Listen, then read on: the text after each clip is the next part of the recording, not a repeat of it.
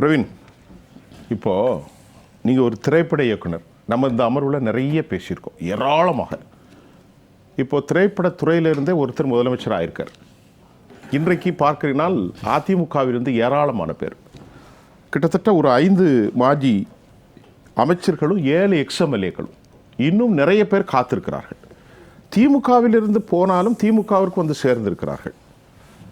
இப்படிப்பட்ட சூழ்நிலையில் அண்ணாமலை ஒரு புதிய கட்சியாக ஒரு அமைப்பை ஆரம்பித்து 14.5 லட்சம் என்று நினைக்கிறேன் தற்போது. எல்லாமே வித்தியாசமாக இருக்கிறது. கிட்டத்தட்ட பாஜகவிலிருந்து நிறைய பேர் காலியாக இருக்கிறார்கள். இதெல்லாம் இணைச்சி சொல்லுங்கள், என்ன இந்த மாதிரி ஒரு காரணம், என்ன காரணம் இது? இதற்கு முன்பு நீங்கள் 2-3 கேள்வி கேட்டிருக்கீங்க. ஒவ்வொன்றா சொல்கிறேன். முதல் கேள்வி, அதிமுக ஏன் இவ்வளவு தடுமாற்றம்? இவ்வளவு 45 சீட்டு வந்திருக்கு, ஒன்றும் பெரிய தோல்வியெல்லாம் கிடையாது. அவங்களுடைய ஓட் பேங்க் ஓரளவுக்கு ரீசனபிளாக ஹோல்டு பண்ணியிருக்காங்க. இருந்தாலும் இந்த தாவல், கட்சி தாவலுங்கிறது ஏதோ ஒரு திவில் நாவலை படிக்கிற மாதிரி இருக்கு. திவில் நாவலை படிக்கும் போது பக்கத்துக்கு பக்கம் ஒரு ஒன்று கொடுத்தாதான் பட்டுக்கோட்டை பிரபாகர் பக்கத்துக்கு பக்கம் கொடுப்பார் இல்லையா, அது மாதிரி ஐயோ இவர் தாவிட்டாரா, ஐயோ அப்புறம் அவரேவா, போற போக்க பார்த்தா தலைமையே தாவிடும் போடுது. அதுக்கு காரணம் என்ன அப்படின்னு பார்த்தா, ஏன் என்ற கேள்வி நம்ம தலைப்பு தான், உங்க தலைப்பு. ஆமா, ஏன் என்ற கேள்வி, தலைமை வீண் என்ற பதில். பாக்கி அடிக்கடி இந்த பாட்டை தான் பாடுவார். ஏன் என்ற கேள்வி, தலைமை வீண் என்ற பதில். சரி, அந்த கேள்விக்கான ஒரே பதில் தலைமை வீண் ஆயிடுச்சோ அப்படிங்கிற ஒரு அதிருப்தி. சார் எப்பவுமே சார், இப்போ ஜெயலலிதா மேடம் ரூல் பண்ணப்போ அவங்க தோல்வியை பார்த்துருக்காங்க, கலைஞரும் பார்த்துருக்காரு, தோல்வியை பார்த்துருக்காரு, அதில் பாதாளத்துக்குலாம் போயிருக்கு டிஎம்கே. ஆனாலும் இப்படி கொத்து கொத்தா வேற ஒரு இடத்துக்கு போக இருக்கு இல்லையா, கொத்து கொத்தாக பூங்கொத்தா எடுத்துட்டு போயிட்டு இருக்கிறாங்க. சரி, தலைவரை அவர் சார் பாஸ்கி சார் சொன்ன மாதிரி தலைவரை போய் பார்த்தாலும் பரவாயில்ல, தலைவர் எங்கன்னே தெரியல, மீன் அவங்களுடைய பாயிண்ட் ஆஃப் வியூ.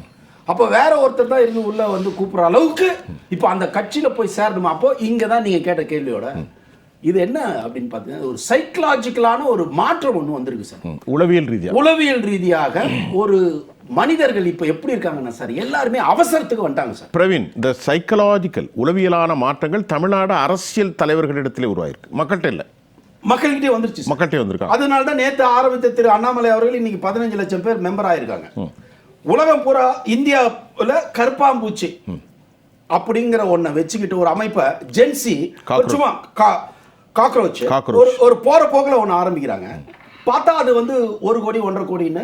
அப்போ இந்த ஜென்சி கூட்டத்துக்கு என்ன வேணும்னா சார், எப்படி நான் ஜொமேட்டோவில் ஃபோன் பண்ண உடனே எனக்கு ஒரு புது ஃபுட்டு வருதோ, அதே மாதிரி அரசியலிலும் எனக்கு புதுசாக வாங்கன்றான். இதுதான் இன்னைக்கு. இப்போ நீங்கள் பெரியவங்க இருக்காங்க இல்லையா, இப்போ சார் சொன்னால் ஒரு 2 பெரியவங்கலாம், சம்பத் சார் அது இதுன்னு மூத்தவர்கள்லாம் போகிறாங்க இல்லையா, மூத்தவர்கள்லாம் போகிறதுக்கு காரணம் அவங்க எடுக்கிற முடிவு அல்ல, உடன் இருக்கும் பேரன் வந்து ப்ரெஷர் பண்ணுறான். வீட்டில் எப்படி ஒரு 4 பேரன் இருப்பான், பேத்தி இருக்கும், பேரன் தான் அனுப்பி வைக்கிறான் சார். இந்த மாற்றம் கடந்த ஒரு 2 மாசமா ஒரு தேர்தலில் ஒரு கட்சி ஜெயிச்சதுக்கு காரணமும் அந்த குழந்தைங்க தான், அந்த பேரன் பேத்தி இங்கே ஓட்டு போடுங்கன்னு சொன்னது தான். அதோட அது நின்றுச்சான்னு பார்த்தா, வீட்டுக்கு வீடு இனிமே இது வேலைக்கு ஆகாது தாத்தா, நீ பேசாம வந்து விஜய் கூட போயிடு அப்படின்னு பசங்க கொடுக்குற ஐடியா தான் இன்னைக்கு ஒவ்வொருத்தரும் 70 வயசானவங்க 75 வயசானவங்க தன்னை வெளியே காட்டிக்கிறதுக்கு இந்த மூமெண்ட் பண்றாங்க. அப்ப இந்த மூமெண்ட் என்னவா ஒரு அதிர்வை கிரியேட் பண்ணுதுன்னா, உளவியலா ஜென்சியோட ஆதிக்கம் அதிகமாகி விட்டது. இதுல இன்னொரு டேஞ்சர் இருக்கு. நீங்க இன்னைக்கு எந்த தலைவரானா தூக்கி வச்சு கொண்டாடுறீங்களோ, இவங்க 5 வருஷம் தாங்குவாங்கன்னு தெரியாது.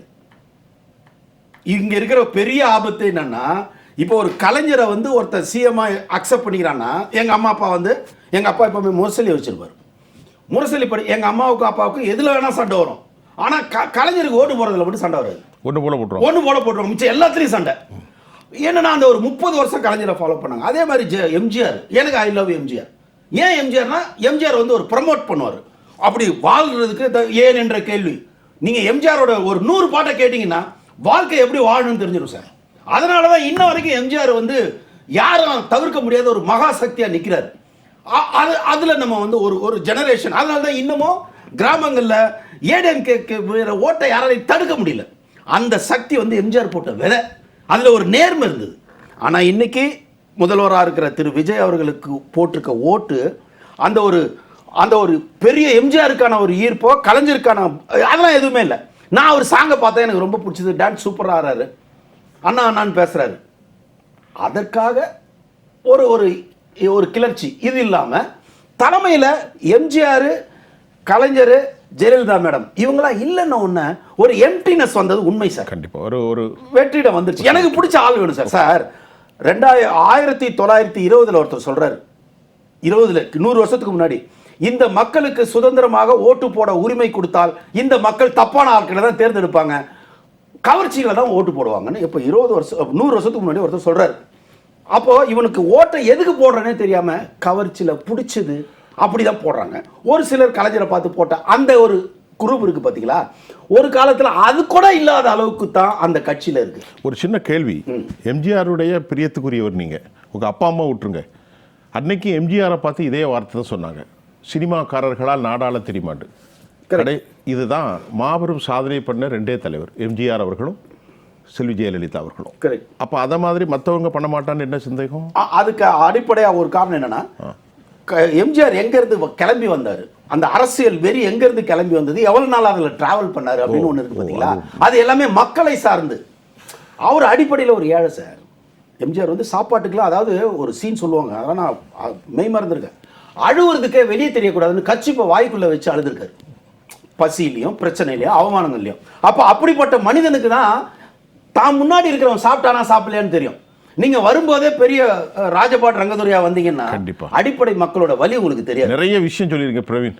ஒரு இயக்குனருக்குரிய புதுமையாக, உளவியல் ரீதியாக, பேரப்பிள்ளையில் சொல்றது, இப்படி நிறைய விஷயம் சொல்லிருங்க. இதிலே நிகழ்ச்சியை கொண்டு போகலாம்.